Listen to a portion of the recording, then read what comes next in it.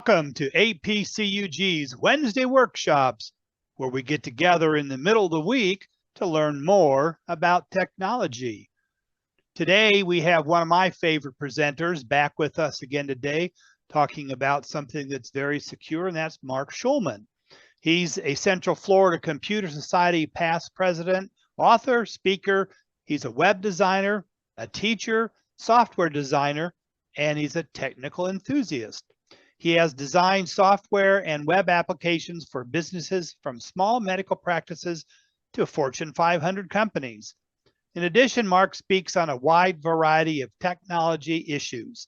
He is author of 7 computer books, including Using Unix, Understanding Unix, and Using Lotus Notes, all published by Q, which is a division of McGraw-Hill.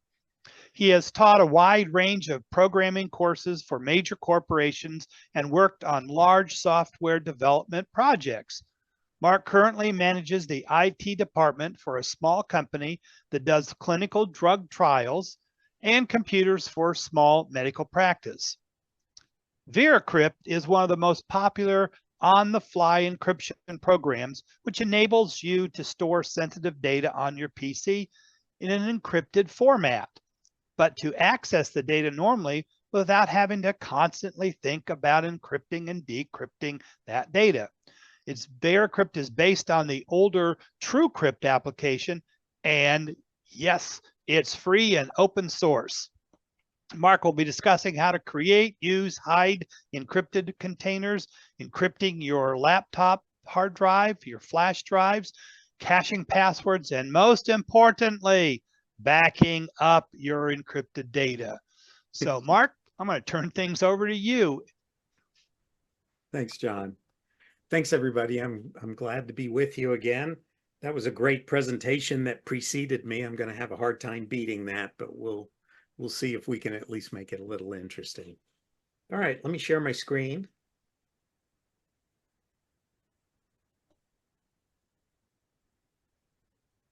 Looks good. All right, thanks. All right, so our topic today is VeraCrypt, and I'll explain exactly what it is and how to use it here in just a second. First of all, let me mention just a little bit about myself.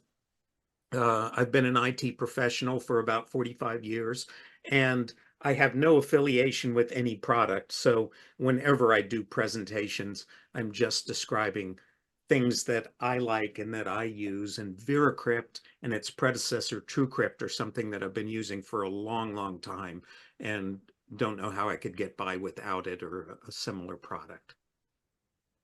So we're going to talk today about VeraCrypt. I'll explain what an encrypted container is. We'll talk about key files.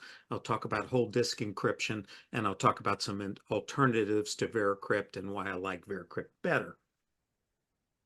So what is VeraCrypt, or what's the history behind VeraCrypt? It's an encryption program that was developed by a French security company called Idrix.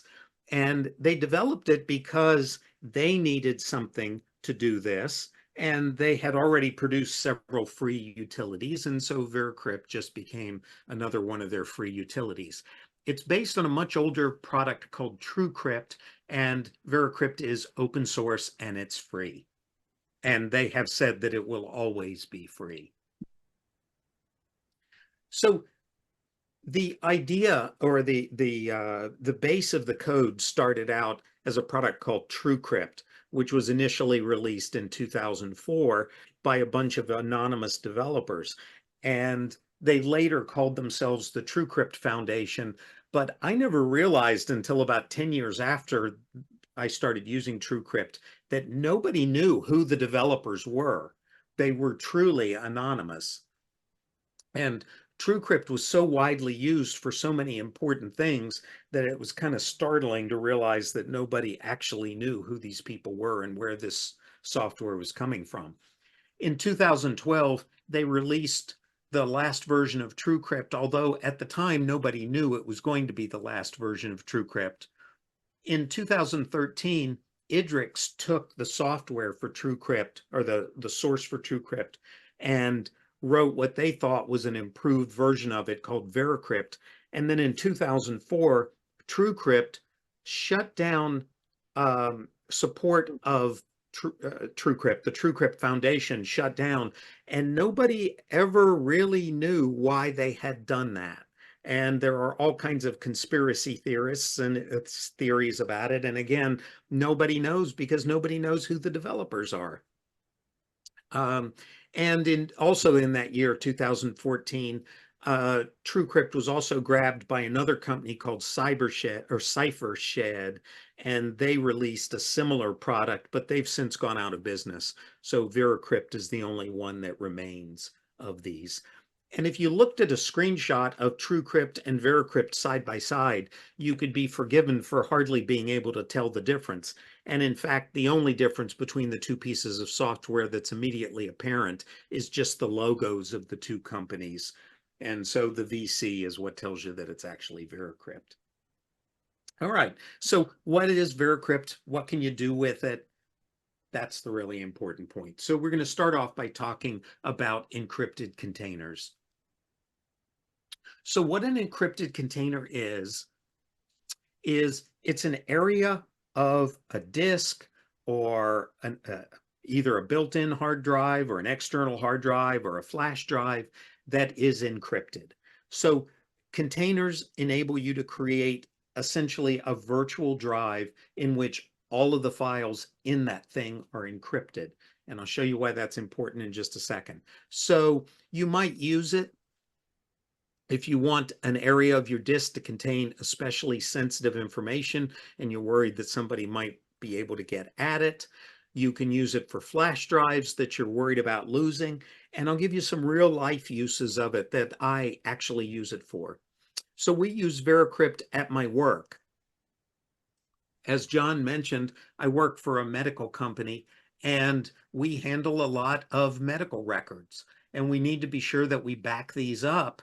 And more importantly, to this discussion, we have to take these backups off-site so that if our building burns to the ground, we don't lose all our backups. Well, it would be terribly dangerous to be carrying around hard drives that contain people's unencrypted medical records. So we use VeraCrypt so that the contents of these hard drives are encrypted. And if somebody should happen to lose one of these hard drives or if they get stolen, we don't have to worry about some bad guys being able to get to people's medical records. When I travel, I usually take a flash drive with me that has important information that I think I might need. It has an image of my passport and my wife's passport. It might have our itinerary. It might have passwords that I think I'm going to need. If it's a business trip, it might have business information that I need. And I use VeraCrypt to encrypt that so that if I lose the flash drive, and I have lost plenty of flash drives in my time, that I know that I don't have to worry about somebody finding the flash drive and getting the information off of it. So how do you create one of these containers? Well, the container is just a file, and you can create it on any hard drive, on a flash drive, on an external drive, and that container is going to contain all of your encrypted data.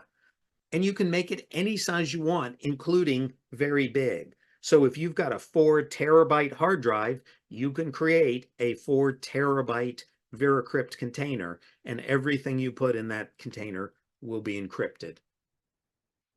And it's encrypted based on a password which you supply, and hopefully you make it a very good password. So let me show you exactly how you would do that. Okay, so I've got VeraCrypt installed here. I'm going to run it. And here's the user interface for it. And let's say I've got an external hard drive plugged into my computer. And let me just show you what's on my computer. So I've got my C drive. I've got another partition on it, which is my E drive. I've got a flash drive plugged in. That's on my F drive. And I've got an external hard drive plugged in. That's my G drive. So suppose I want to create an encrypted container on my G drive. So back to VeraCrypt, and I'm going to click Create Volume. And volume is just another word for a container.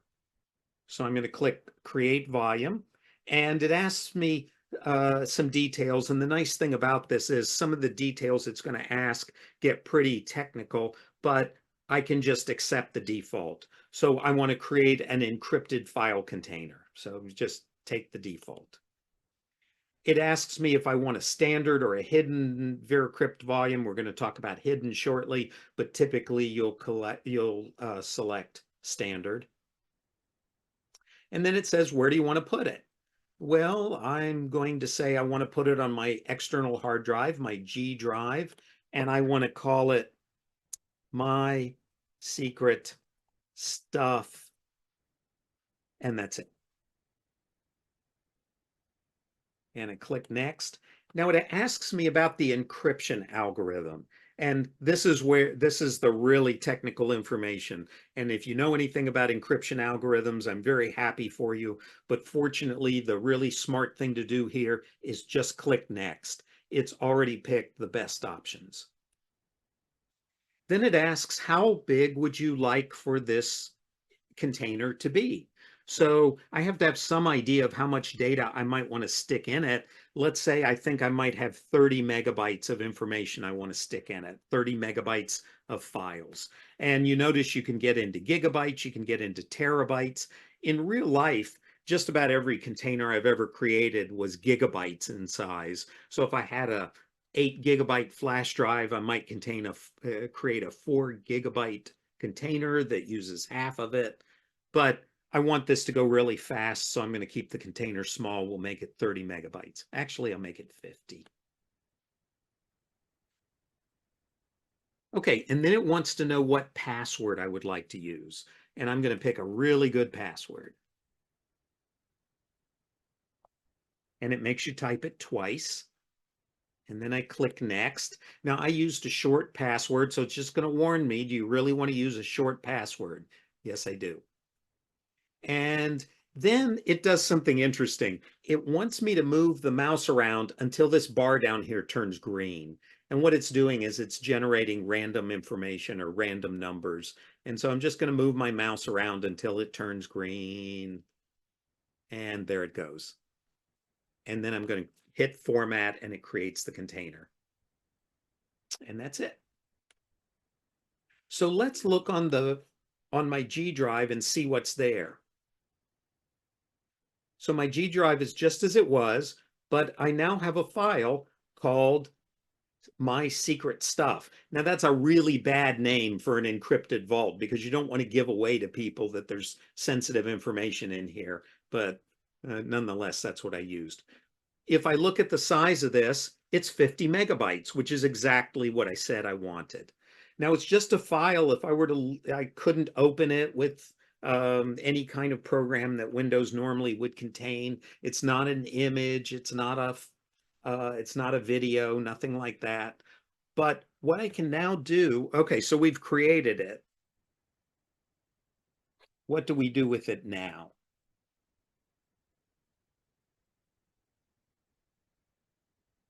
Okay, so how it works.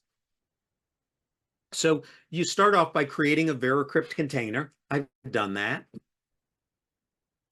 And to begin with, the container is empty and there's no way to access it other than I could delete the file that it created, but that's about it.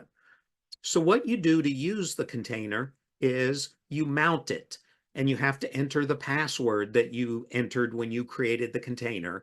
And that makes the contents of the container accessible. When you're done with the container, you unmount it or dismount it, and it goes back to being unaccessible or inaccessible.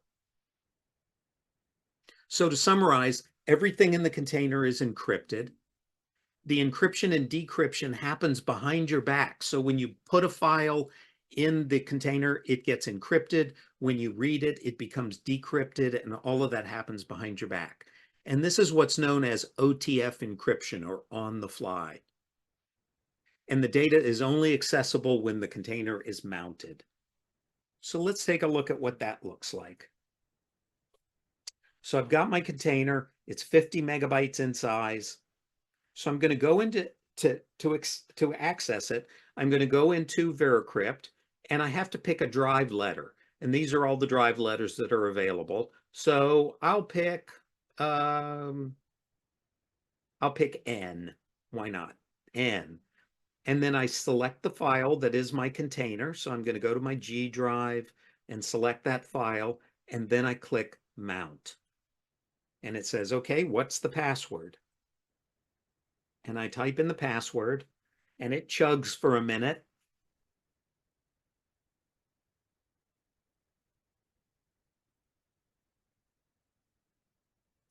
And if I look over in Explorer, I now have an N drive. Remember, that's the drive letter I picked when I mounted it. And if I look in my N drive, it's just empty. If I look at my computer and I look at the N drive, look at the size of it. Remember, I created a 50 megabyte container. It says it's got 49.5 megabytes free. So this looks just like a regular drive, and I can copy files into it. I can read files from it. So let me go to one of my other drives. Just go to my E drive, which is just a normal hard drive. And I'll look in Mark, and I'll look under projects. And let's see, car switch panel. I am just going to copy that folder right into the container. And there it is. And it's just like it was another drive. There's a PowerPoint presentation in there. I can access the PowerPoint presentation. And it opened on my other monitor. So I can treat it just like any other drive. But when I copied files into it, they were encrypted. They got encrypted. You didn't see that happen. It just happened as I copied files into it. When I asked to access the file, they got decrypted. And again, you didn't see that happen, but it had to be decrypted in order to open it. Let me put some more files in there. I've got music here. Let's see. I'll copy a couple MP3 files from Guys and Dolls. And I'll drop those in there. And again, they just got encrypted. As they got copied into the container, they got encrypted. So again, looks just like a regular drive. If I go look at my computer now, I can see that the N drive now only has 43.5 megabytes available, and I've used about 6 megabytes of space for those files. So you treat it just like you would any other disk drive or flash drive or whatever it is. Now, when I'm done using it, I select it here in VeraCrypt and I click the dismount button.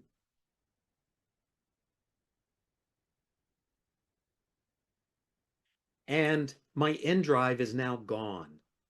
And I'm back to just having on my external hard drive that file. But all of those 3 music files I copied, the PowerPoint presentation, the folder, all of that stuff is inside this file, but it's encrypted.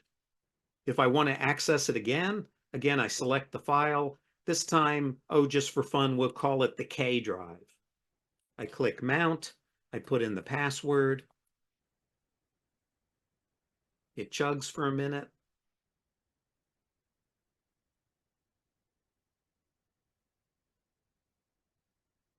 And now I've got a K drive, and there's all the files in it that I had put in there previously. And again, they're encrypted, but if I just double click on one of these music files, it'll just play it. And what it's doing is it's decrypting it behind your back, but you'll never know it. It just treats it like a regular drive. Okay, does that make sense? Okay, and again, when I'm done with it, I would just click dismount and away it goes.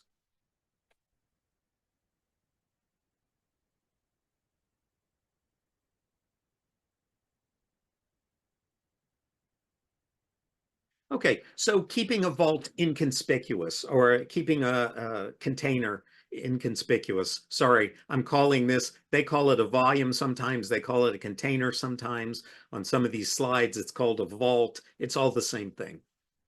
So a vault or a container can have any extension you want. On the one I just created, I didn't put any extension on it. An interesting thing to notice is that the modification time and date of the vault never changes. So if I go back and I look at that file that I just created,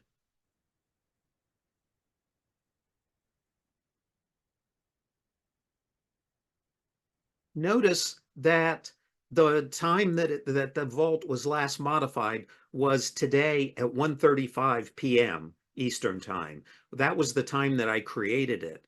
But it's almost 10 minutes later, and you saw me copy files into it and get files out of it, and it still says 1:35 p.m. And in fact, if you came back 2 weeks from now and asked for the modification time, it would still say 1:35 p.m. So that's one of the things that's interesting about VeraCrypt is if somebody got a hold of your computer and they're trying to find information that you have used recently, VeraCrypt vaults won't show up. It's always going to just have the date that they were created as the time they were last modified. So it's going to look like you're not using that file at all.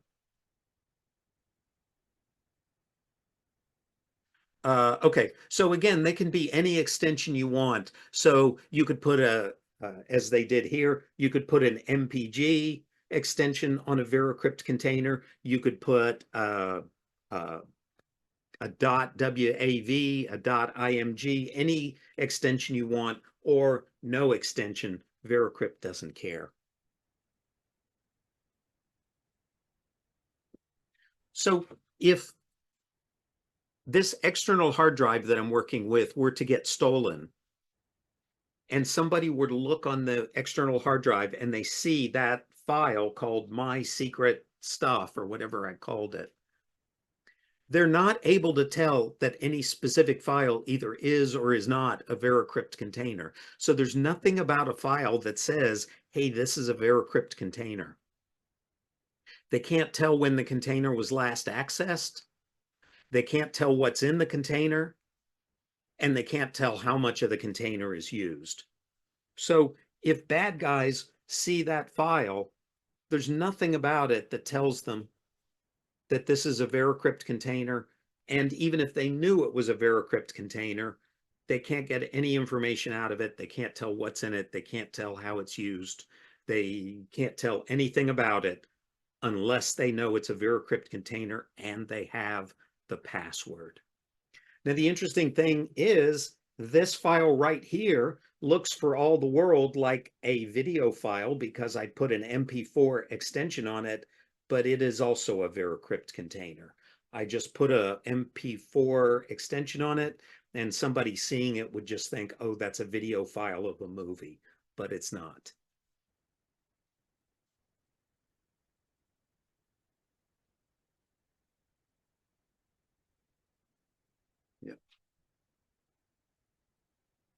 Okay, there's another thing you can use when you're accessing information in a VeraCrypt container. Instead of using a password, you can use what's called a key file.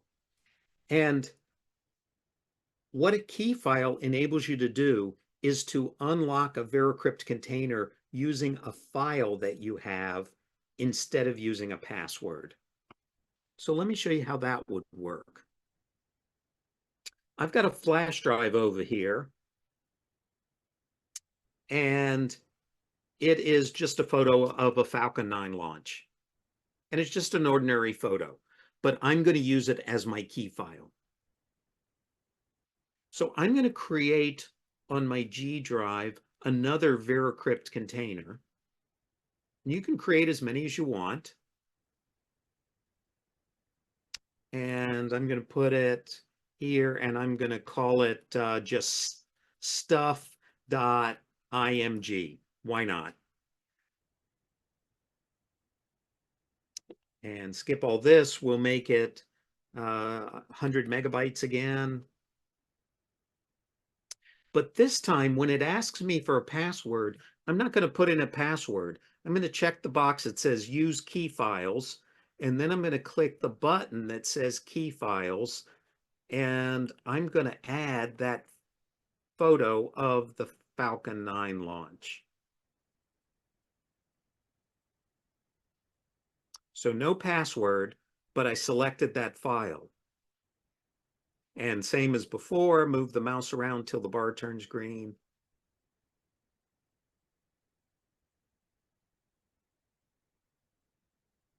Come on, you can do it. There we go.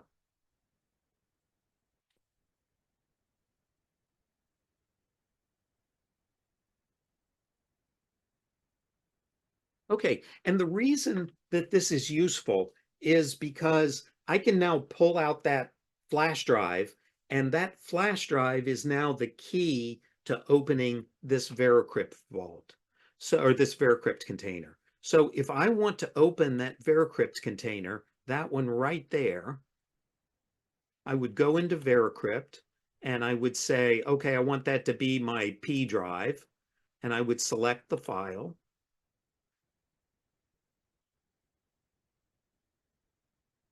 And I would say mount, but this time when it prompts me for a password, there is no password.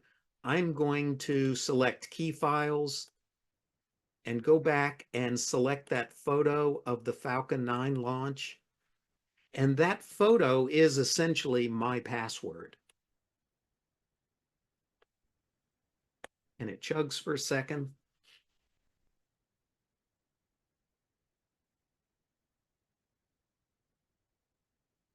And it did it. And you'll notice I now have a P drive and I can put stuff in there. Got 100 megabytes of stuff to put in there. So I don't have to type a password. I just have to point it to my key file, which is that photo of the Falcon 9 launch.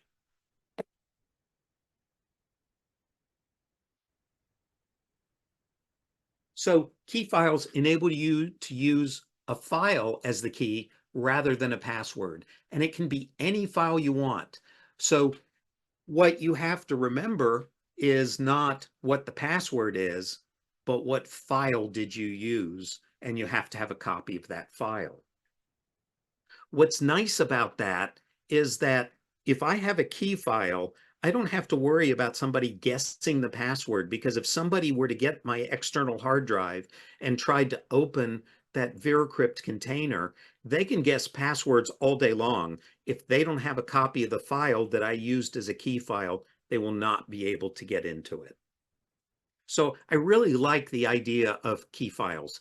It takes a couple extra clicks, but it makes for a really secure VeraCrypt container. Now, here's the interesting thing. You can use both.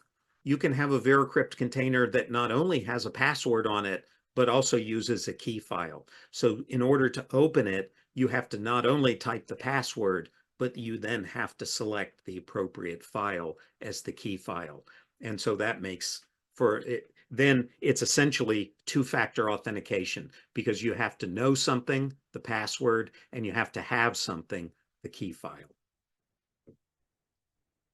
Okay, and I showed you how that works.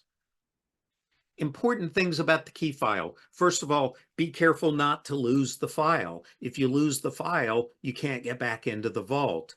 And it has to be exactly that file, or a copy of that exact file. So for example, if I wanted to, if I lost this file, I can't just go find another photo of a Falcon 9 launch. It has to be this photo, this exact photo.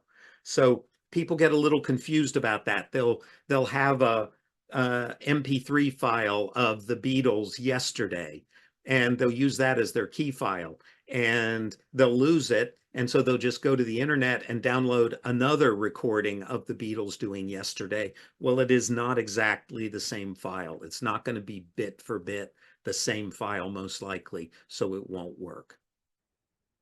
And obviously, you shouldn't name your key file something obvious. So you shouldn't have a key file that's named key file for my secret tax information or something like that, where it would be obvious to somebody what that key file is used for.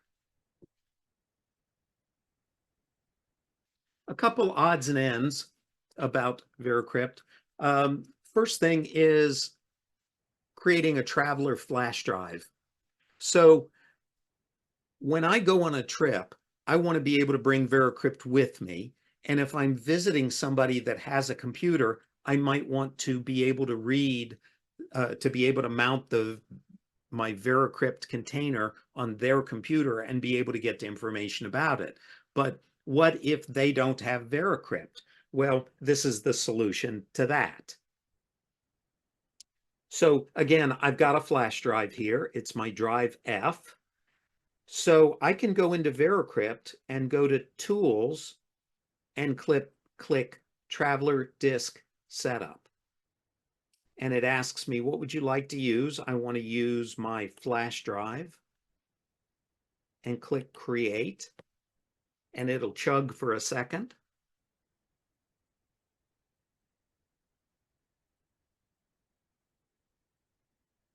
And it tells me that it successfully did it. So if I look on my flash drive now, there's now a folder called VeraCrypt. And if I look in that folder, there's all the VeraCrypt software. And I can now run VeraCrypt without installing anything. I can just run VeraCrypt by just double clicking veracrypt.exe. And there it is. So this is really nice. It allows you to create a flash drive that you can take with you that has all the VeraCrypt software on it, and you can run VeraCrypt with nothing more than that flash drive. You don't have to install anything on that person's computer.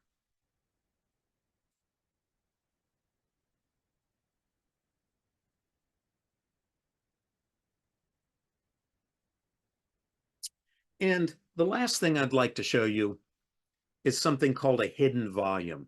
And I mentioned it before as we were creating a container. This one, I'm not going to explain how to do this because it's a lot of clicks. It's a little bit of an advanced topic. You can go to VeraCrypt's website. They'll explain how to do it. But I would like to explain that the feature is there and where you might want to use it.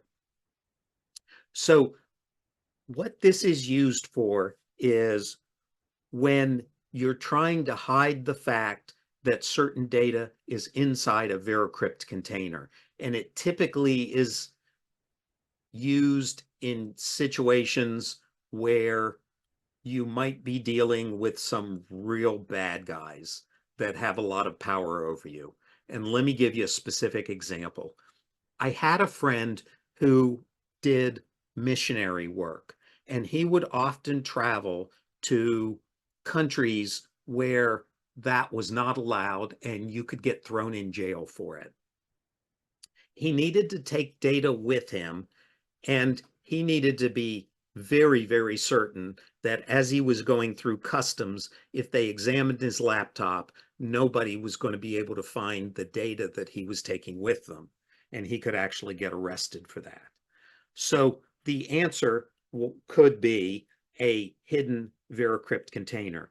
The thing you're worried about is that the authorities in those countries could have looked on his laptop and said, well, we see you have VeraCrypt, so there must be some encrypted data here. We want to see the encrypted data. So let me show you how a hidden volume gets you around that. So I've got a VeraCrypt container here, and I'm going to use VeraCrypt to mount it. So let's say I'm trying to get into one of the Middle Eastern countries where this data could get me in a lot of trouble. And they say, we see you have VeraCrypt. We want to see your encrypted data.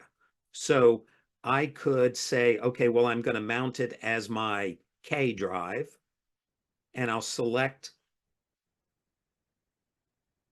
let's see, here, and I'm going to mount it, put in the password, and it opens the container. Give it a second to chug.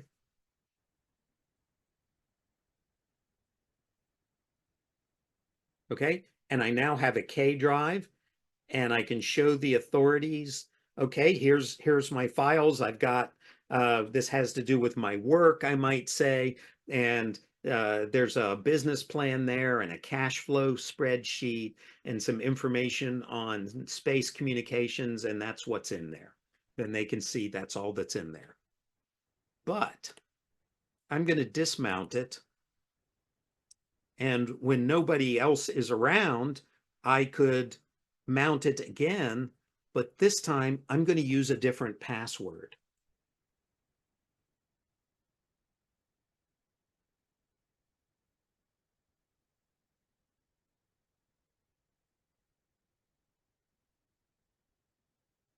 It'll take it a second.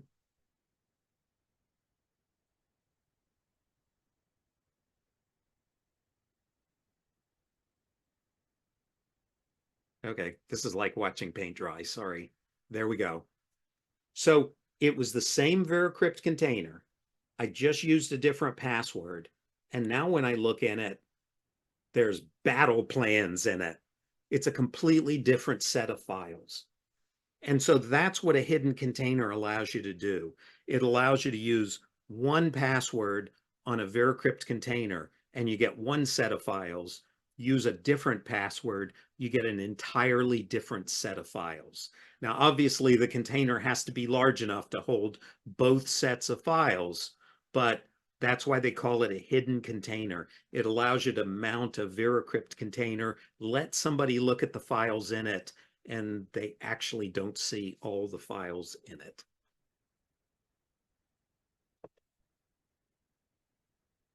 I've never actually used one of those. I've never had reason to, but it is a very cool feature. Okay, the last topic I want to look at is something completely different, but still involves VeraCrypt, and that's whole drive encryption. And I use this on all my laptops. I've got a couple of laptops. My wife's got a laptop. We use this on all of our laptops. So what whole drive encryption enables you to do is VeraCrypt encrypts the entire contents of your hard drive. And the use, obviously, is to prevent anybody from accessing anything on your PC or laptop without your password.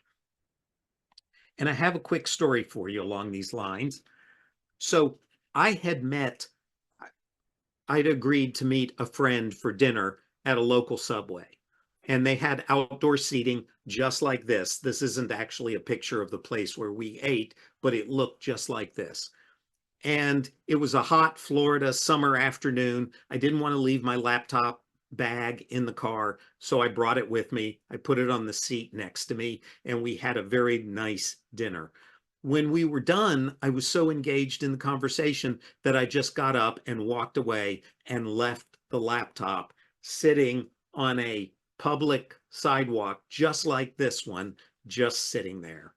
And it took me about 3 hours to wonder, hey, where's my laptop? And it suddenly started to dawn on me where I had left it. I called Subway. I couldn't get a hold of anybody. I went racing back there. And to my complete surprise, my laptop was right where I'd left it. Nobody had touched it. So that increased my opinion of mankind a little bit. I was very happy about that. But I got to thinking, I used that laptop for work, and there could have been medical records on there. And when you lose somebody's medical records, and when there's a chance that you've released somebody's medical records, you are in a world of legal hurt. That's about the worst thing that a medical office can do, is lose somebody's medical records or release them. So I really got to thinking, I can't have people's medical records sitting on a laptop that I could potentially lose. So VeraCrypt to the rescue. So VeraCrypt can encrypt your entire hard drive. It's very easy to do. And what happens now on my laptop, when I boot my laptop, the Dell logo comes up, and right away, before anything else happens, before Windows gets loaded, before anything else, immediately it prompts me for a password. And I have a nice long password that I enter. And as soon as I enter the password, it chugs for a second to make sure it's a valid password, and then it boots the computer. And from there on, it looks completely normal. I'm on that PC, I'm on that laptop right now, and you can't tell any difference, but everything on the hard drive is encrypted. It's a wonderful feature. Even if somebody, if I lost my laptop, if somebody took the hard drive out of it, and tried to analyze it, there is absolutely no way without the password that they can see anything on the computer. It looks like the hard drive is just full of random data. So I really love it. When you encrypt your hard drive, VeraCrypt will force you to create what's called a rescue flash drive. And what this enables you to do is if certain sections of the hard drive get damaged, the rescue flash drive will allow you to recover it. But to tell you the truth, it'll force you to do it, but I usually then just throw the flash drive away. I've never actually needed it. Even if you have the rescue flash drive, you still have to know the password. And if you're going to keep that flash drive, store it someplace safe. So how do you do this? Really easy to do. If my hard drive were not already encrypted, I could go to System and encrypt system partition or drive. And in this case, it tells me your system partition or drive it is already completely encrypted, but if not, it would then begin the process of encrypting it. The encryption process actually takes a long time. It can take, on a typical modern hard drive, it could take as much as 6 hours. So it does take a long time. You can still use the computer while it's going through that process. So you just need to leave your computer on for that amount of time, but you can go ahead and continue to work normally on it while it's completing the encryption. If for some reason you later change your mind and realize that you don't want it encrypted for some reason, you can remove the encryption, and there's a function in there to do that as well. Okay, a couple odds and ends. One of the things people often ask is, how safe is VeraCrypt? If I lose a flash drive that has a VeraCrypt container on it, do I need to worry about somebody being able to crack it? Well, if you use a reasonable password, it is uncrackable by any known technology. So it's very safe. VeraCrypt's been through multiple security audits by independent companies, passed every one of them. Actually, the first time they did find a couple minor things which have since been fixed. So as far as we know, there are no exploits that could crack it these days. Be sure to use a good password. And don't lose your password. That's really important. So I've actually experienced this myself, where I've created a VeraCrypt container, put some relatively unimportant data in it, and came back 6 months later, couldn't remember the password. You still have to back it up just like anything else. Just because it's safe inside a VeraCrypt container doesn't mean that you don't have to still back it up. Just a quick note on what to do if you lose your password. How can you get to your data if you lose your password? So if you lose your password, about the only thing you can do is just have a good cry over it, because you are never going to see your data again. There is no way into a container if you don't have the password. One alternative to VeraCrypt that is fairly popular for Windows is a product called BitLocker. And this is a Microsoft product, and it's meant to encrypt a hard drive just like VeraCrypt can do. Here's a comparison. VeraCrypt was written by a company called Idrix. BitLocker is from Microsoft. VeraCrypt's available for Windows, Mac, or Linux. BitLocker's only for Windows, and it's only available for the Pro or Enterprise version. There's a dumbed down version that's available if you have Home. VeraCrypt obviously does not come pre-installed. BitLocker does. VeraCrypt is open source. BitLocker is proprietary. The only real, so I far prefer VeraCrypt. The only possible advantage I see to BitLocker is that in a corporate environment, it can be managed by your IT department.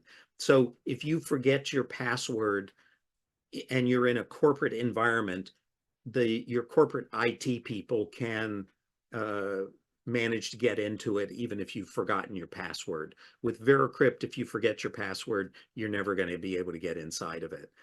To me, though, this was actually an advantage for VeraCrypt because when I was working in a corporate environment, I used to have a VeraCrypt container where I could keep personal information and be assured that the company couldn't get to it. So for me, it's actually an advantage that if you use VeraCrypt to keep some personal data, the company can't get to it. So where do you get VeraCrypt? You get it at veracrypt.fr. Because it's a French company, it ends in .fr, not .com or .us or .org or any of those. So .fr. And that's it. I hope that was interesting. And if anybody's got any questions, I'd love to take them. That was great because, as we always say, learn something new. Because before, when I saw your presentation, I don't think we talked about key files. So that's kind of neat that they've got that part in there to have, you know, like a two-factor authentication, or just use files if you can't remember a password that would be hard to break. At least you can remember which file you used. That's right. Outstanding. And you were right. There was new stuff in there, like you told me. People asked for it. You did it. So that is outstanding. Thank you so much. Okay, Drew, I'm just going to tell you, I got a whole bunch of questions here, okay? When creating containers, the suggested format was FAT, F-A-T. Is the suggested format the same as the format of the drive the container is being created on, or can it be different? It can be different, and I didn't show that, but that's a drop-down box, and you can pick any any format you want. And the place that comes in really handy is you might have a 4 terabyte external hard drive, which is going to probably be NTFS, but you might be creating a little bitty VeraCrypt container that's going to reside on it, and you might make that FAT or FAT32. So it suggests what it thinks is likely to be the most appropriate format, but you can change it. Okay. If you want to back up an encrypted flash drive, do you unencrypt it first and then encrypt the backed up flash drive? Or can the encrypted flash drive be backed up in its encrypted form? So is this done by just making a copy, or is there a particular process for backing up an encrypted flash drive? And if so, does the same encryption password work for the original and the backed up flash drive? I don't get paid enough to say that coherently. God. Okay, that's a great question. So backing it up, because I have that issue that I have to deal with it. So you can just copy the encrypted container, the file itself that represents the encrypted container. So in this case, that would be those 100 megabyte files that we created here. So yes, if you make a copy of that container onto your backup drive, then you can access it using VeraCrypt, or you'd be able to open it using VeraCrypt and using the same password that applied to the original copy. So yes, if you make a copy of the file, then you can open it with the same password. Must you dismount the drive before turning off the PC, or will the act of turning it off automatically dismount the drive? That's a good question. So you can just shut your PC down. I do that all the time. I don't worry about dismounting it. When you install VeraCrypt, it actually has to install a system driver, and that system driver gets notified when you're shutting your PC down, and it will quickly dismount the drives. And so no, you do not have to unmount them before you shut down. Why did you create an N drive and open a K drive to get to the files? Okay. I was just trying to illustrate that you can, each time you mount it, you can use any drive letter you want. So now, usually when I mount a particular container, there is a drive letter that I always use for that particular container. But I was just trying to illustrate that each time you mount it, you have to pick a drive letter, and it doesn't have to be the same drive letter you used last time you mounted it.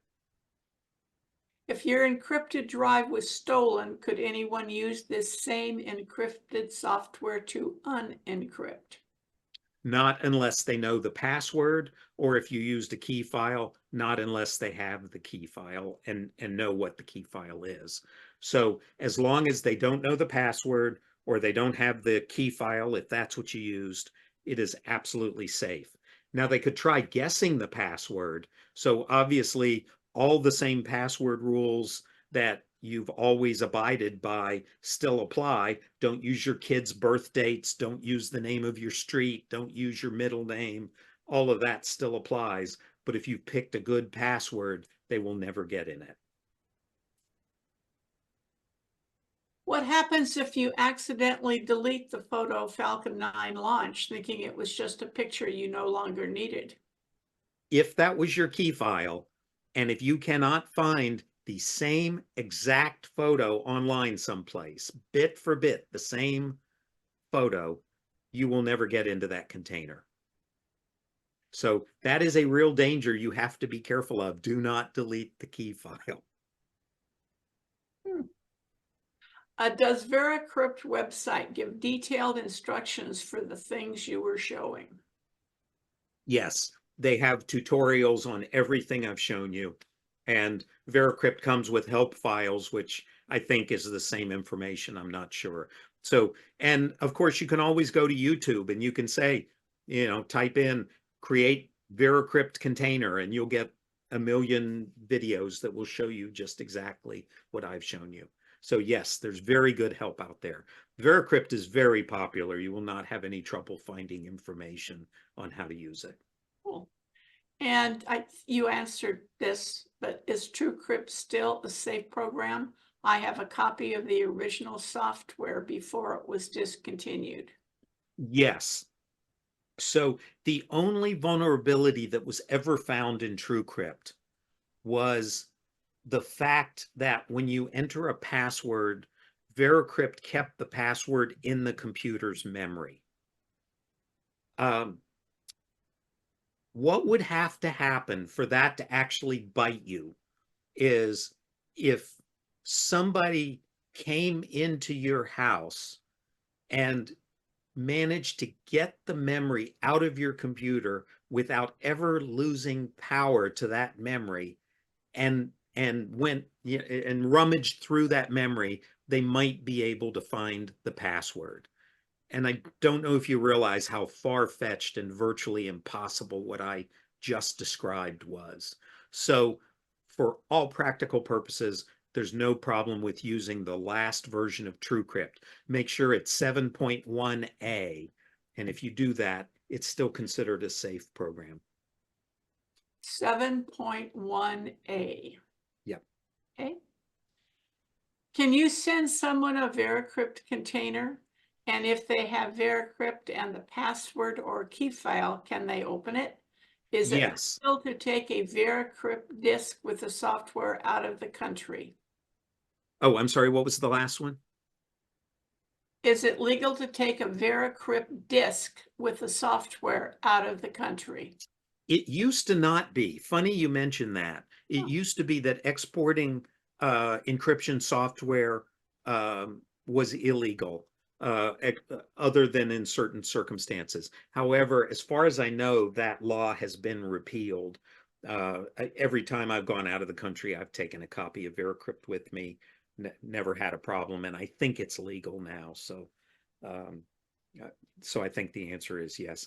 I'm sorry, what was the previous question, Judy? I feel like I didn't answer that fully. Oh, emailing someone a VeraCrypt container. Yes, you can, but The problem is the attachment will be the size of the entire container. So if you've created a 20 megabyte VeraCrypt container and you've only put a 1 megabyte file in it, it's still going to look to your email like you're emailing. When you email the container, it's still 10 megabytes.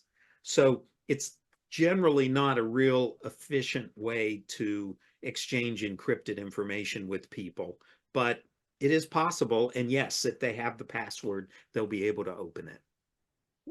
Is it possible to get locked out by putting the wrong password in a few times? If so, how do I get around that? No, you've got as many shots as you need to. One of the things you'll notice though, when that VeraCrypt, when I put in the password, you got this progress bar that was up there for about 10 seconds before it finally opened the container. It does that every time you enter a password. So for the bad guys who are just going to randomly guess passwords, it just takes too long. But if you can't remember the exact password and you know it's one of 10 different passwords that you typically use, you can just keep trying them until you find it. It'll just take a while. Can one put the VeraCrypt volume on a cloud service and put the traveler instance of VeraCrypt on the same cloud and run it from the cloud and open the volume? Is there You actually, iOS app for VeraCrypt? I'm sorry, say again. What was the last? Is there an iOS app for VeraCrypt and or Android? I don't know the answer to that last part. The answer to the first part is yes, you can do that. You can put the software and an encrypted container up on a cloud server and it will work just fine.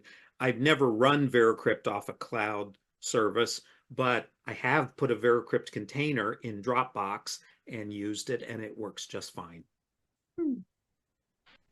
Will VeraCrypt protect from ransomware?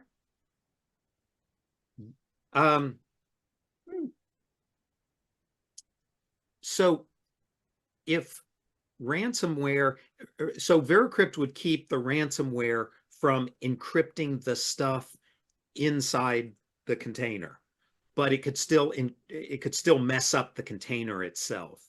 So it might help.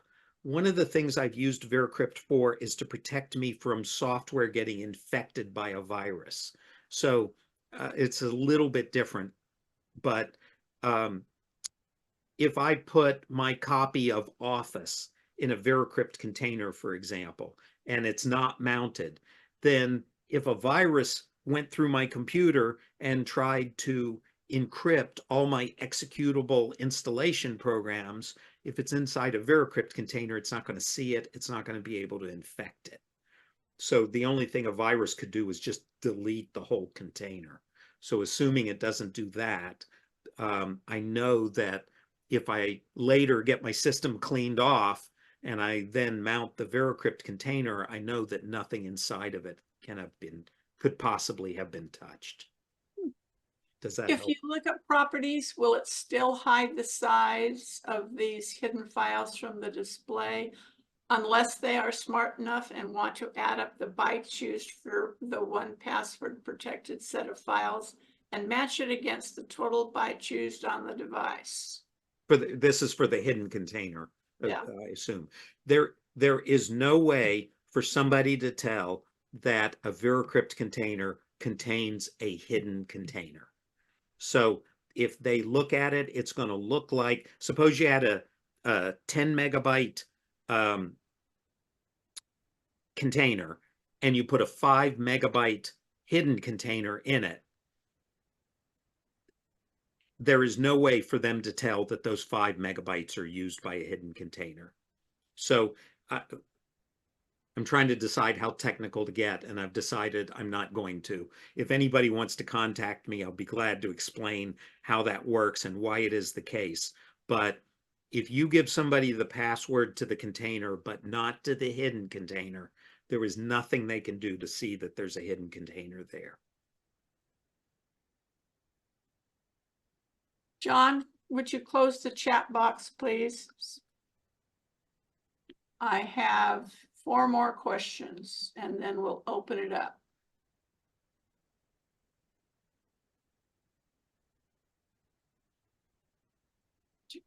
Can files saved to the cloud be encrypted with VeraCrypt? Well, you can put an encrypted container in the cloud if they're, but the way you encrypt the files is by copying them into a container.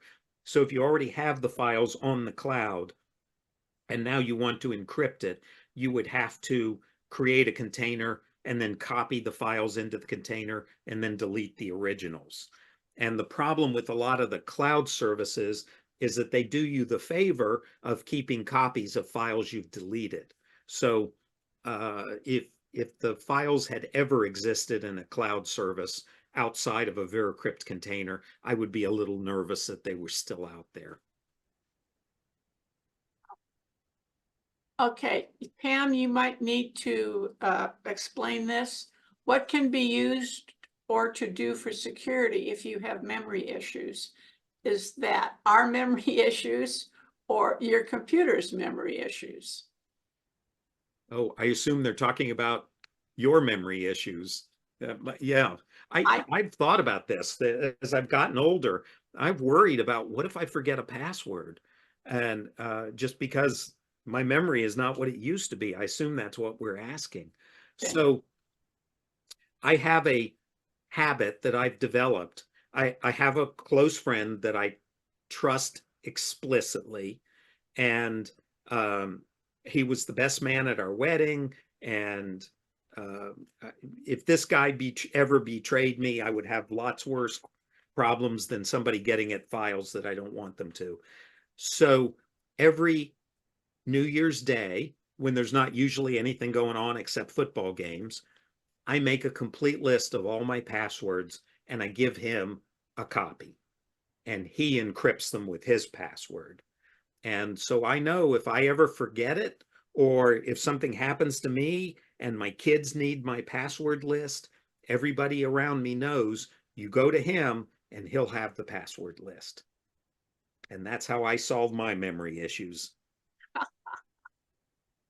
If that's the correct answer, Pam, don't bother to get in touch.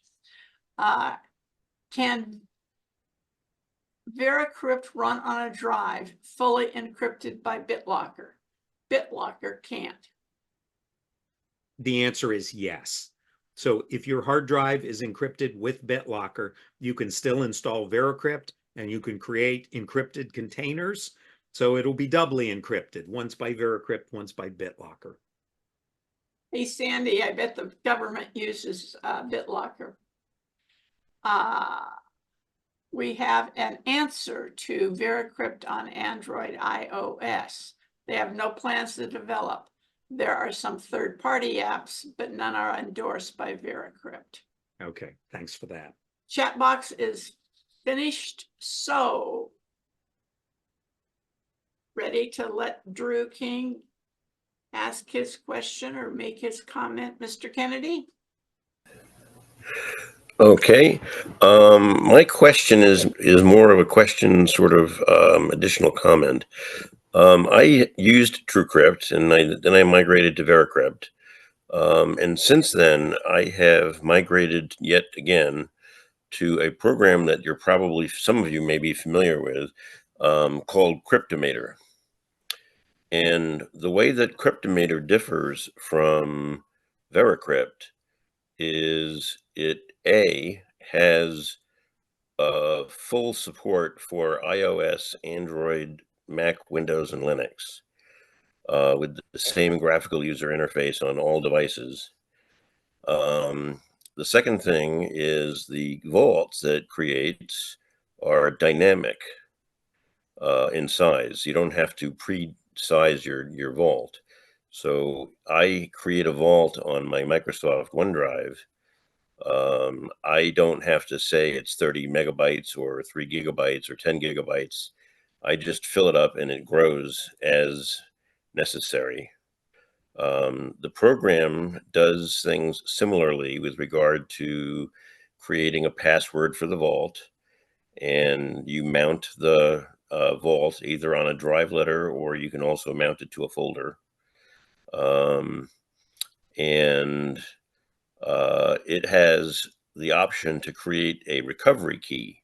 When you first create your vault, it will create a long recovery key that you can store in a safe place if you ever lose your password. And what's nice is on my Android phone, it directly supports the Microsoft OneDrive cloud server and the Google Drive cloud server and pCloud and some of the others. And I can unencrypt and decrypt or encrypt and upload, download files from my cell phone to the cloud directly using the Cryptomator program. It's also open source. It's free for everybody to use. And I am a volunteer support provider for the product for anybody that goes there and looks for tech support. So I just wanted to let everybody know that it's another option available out there for encrypting your data.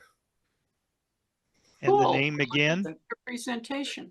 Yeah. The name of the product is called Cryptomator. It's CRYPTOMATOR. I've heard of it. I just have never used it. It has a native Linux client, a native Mac client, native Windows client, and they're all free. How they do make money is they charge, unfortunately, a fee for their iOS and their Android apps. That's where they get you. However, having been using encryption for many, many years, I bit the bullet and I donated the money for the iOS app, for the Android app, because I don't pay them for the desktop version of the product, and I use it on all of my computers. So that's another option that people can look at, especially if they want to store their files in the cloud and access them from their mobile devices.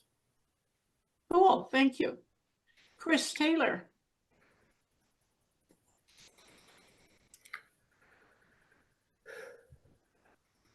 Yeah, thanks. I just wonder a little bit about performance. How much of a performance hit is there by using VeraCrypt? And also in line with that, when you open or mounted a container, it took about 10 seconds. Is that regardless of the size of the container, or is it does it change depending on the size of the container? Yeah, so the delay is always the same, and that was put in there intentionally so that people who were just trying to guess passwords, that would not be a possibility, that guessing passwords would just take too long.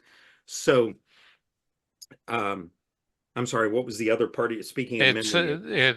the performance hit on Performance hit. yeah, So as it's I'll tell you encrypting and something. decrypting. Yeah. So interesting thing was, you might be familiar with Steve Gibson, who's a security expert, and I've listened to him for a long time. He did some benchmarks when TrueCrypt first came out and was shocked to discover that Windows actually ran faster on an encrypted hard drive than it did.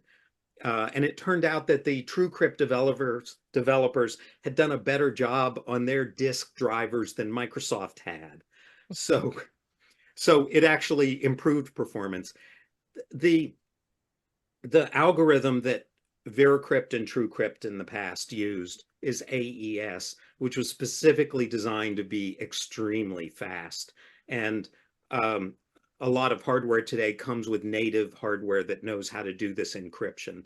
And it turns out it can do it just about faster than the drive can read the information. So I had never noticed any performance degradation using one of these products.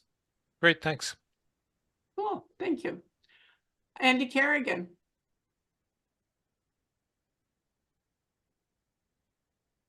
Hi, thanks, Judy. Mark, great presentation. A couple of quickies.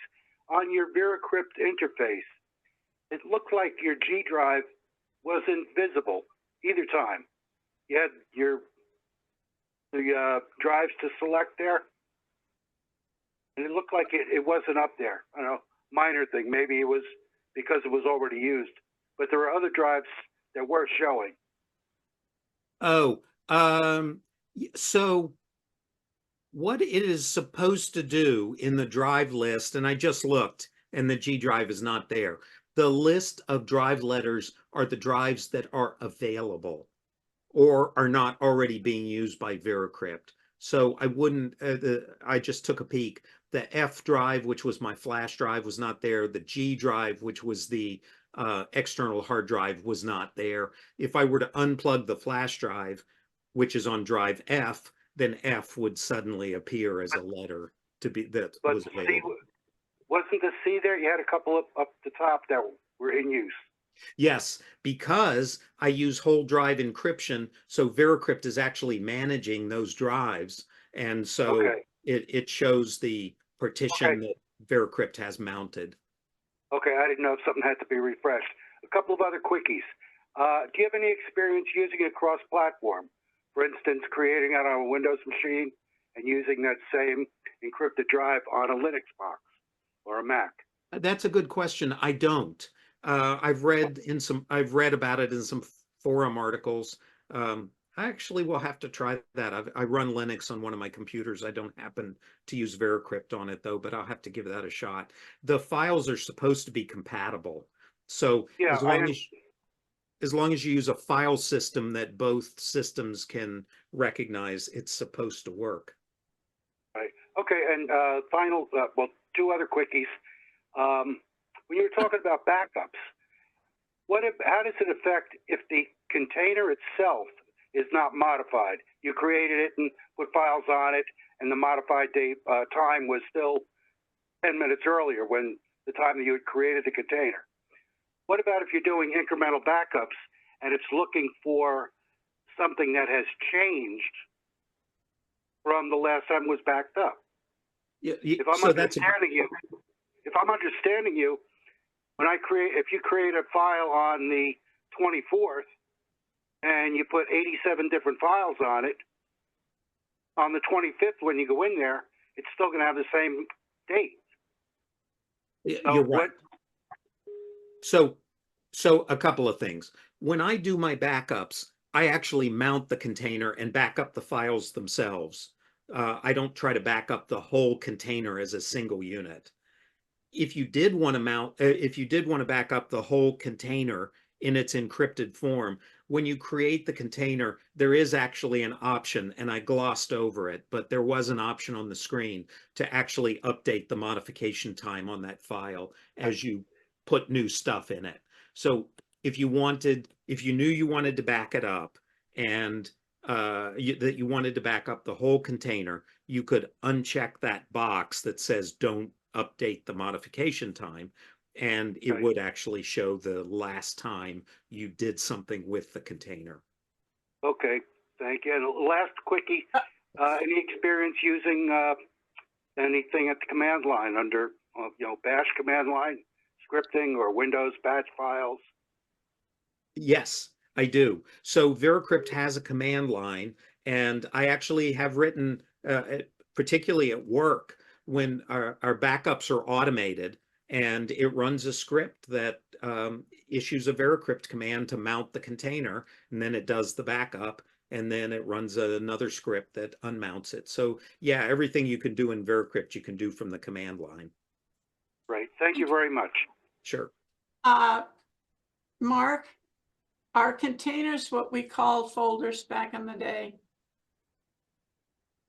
Well, no, because when they're unmounted, they're just represented by a single file. And when they're mounted, then you also have a drive letter associated with them.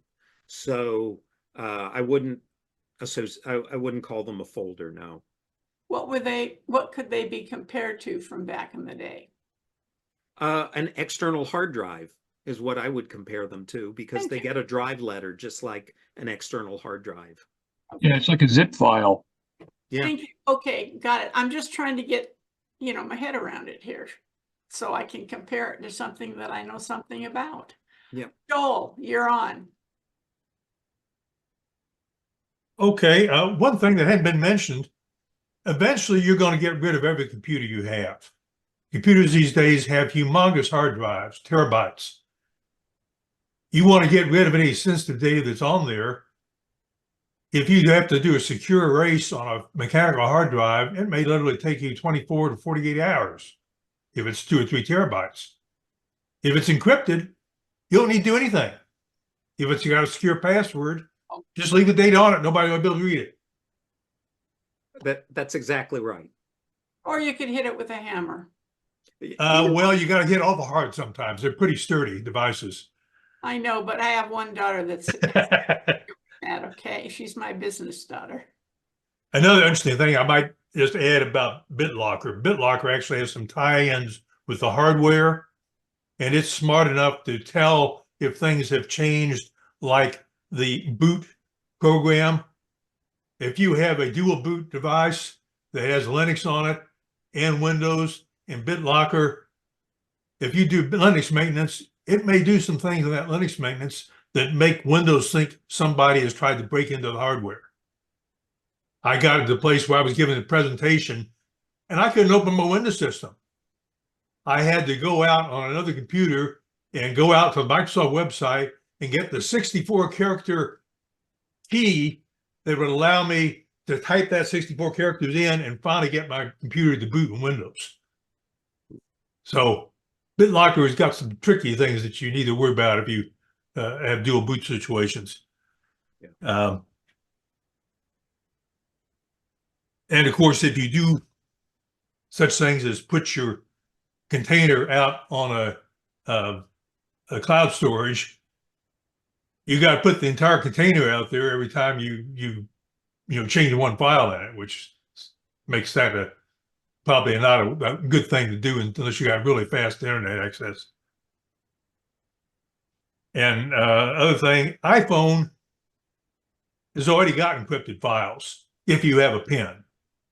If you have a PIN, the PIN allows you to get in to access the longer key, which allows it to unencrypt it. And the reason why that's safe is because even though the PIN is only a few characters, Microsoft starts making it longer and longer and longer each time you miss the PIN, and eventually it will just erase the device. So you can't guess enough times on a PIN on an iPhone to get into the encrypted files, which is why it's always safe to dispose of your iPhone if you have a PIN on it. Cool. Thank you. I'd like to know how long it took you to type 64 characters in correctly. I typed it in very slowly and very carefully. Thanks. Saul, you're on. Yes, Mark, you gave an example traveling with a flash drive where you had a VeraCrypt container, and then you also had a portable version of VeraCrypt on it. I noticed it was in a folder, and it had the Windows executables for VeraCrypt. Do you know if it also puts the Mac and Linux executables on that same drive, so you're going over and using it with somebody's Mac or Linux computer while you're traveling? Yeah, that's a good question. And because I don't know the answer, I'm looking. Nope, it looks like it's just Windows. And I would assume if you use the same feature on a Mac or on Linux, it would put the appropriate code out there, but I don't know. Thank you. Well,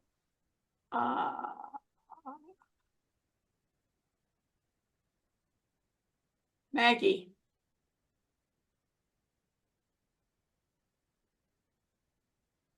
Maggie Lamb, it's your turn. Well, Judy, I did nothing. Like,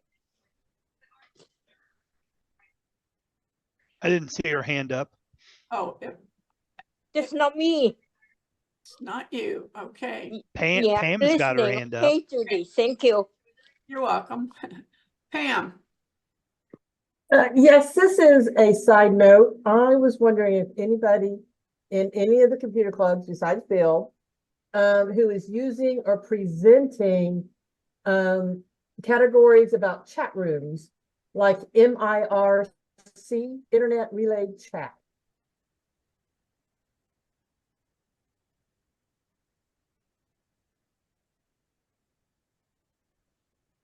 You guys, I think she asked everybody a question. Yeah. We all have our mouths shut. I guess Okay, nobody so- does. I was told, I Right. don't have experience in this area, but I was told this has been around for more than 10 years. Oh, yeah. It's a protected area. And some people go in there and download different items, but it may be a little iffy to use. I was just wondering if there was any presentation on this, if I wanted to learn more. I personally haven't used IRC in 15 years. So it's old stuff.